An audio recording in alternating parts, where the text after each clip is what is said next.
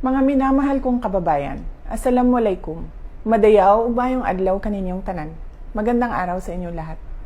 Taong 2017, personal kong nakita nag-aagaw buhay sa hospital ang isang biktima ng pinasabog na improvised explosive device ng mga NPA sa Mandog, Davao City. He was struggling and choking with his own blood. It was truly a painful sight.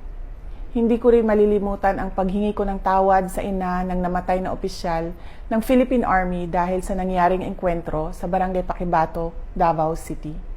Hindi ako nakapagsalita nung ako'y tanungin kung ilang anak pa ba ang mamamatay dahil sa mga terorista sa Davao City.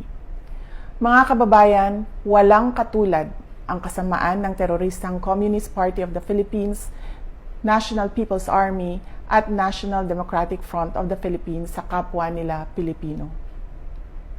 Hindi na mabilang kung ilang sibilyan, kabilang na ang mga menor de edad, ang naging biktima ng madugong digmaang idinulot ng mga terorista.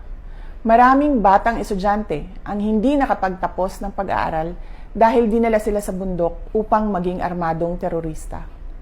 Hindi na rin mabilang ang mga barangay captains, kagawad, security volunteers, pulis at sundalo na nagbuwis ng kanilang buhay para protektahan ang ating mga komunidad.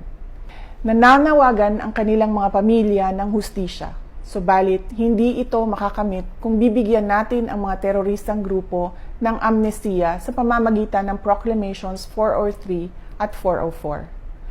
Sumusuporta ako sa mga hakbang para itaguyod ang kapayapaan sa bansa because the fight against terrorists is deeply personal to me, as it is deeply personal to the families of countless Filipinos whose lives were forever upended because of the madness of terrorists.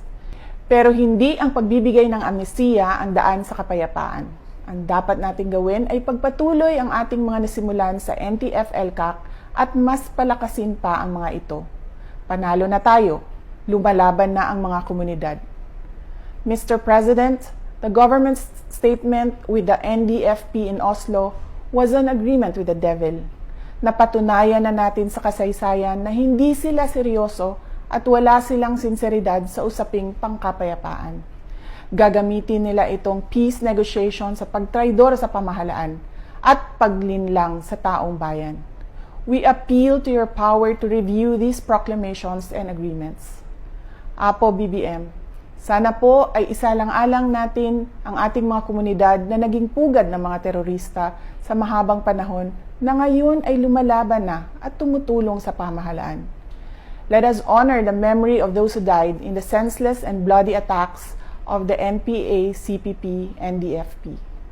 Mr. President, we can negotiate for peace and reconciliation and pursue meaningful development efforts in the Philippines without capitulating to the enemies. Hiling namin na kami ay mapakinggan. Syukran.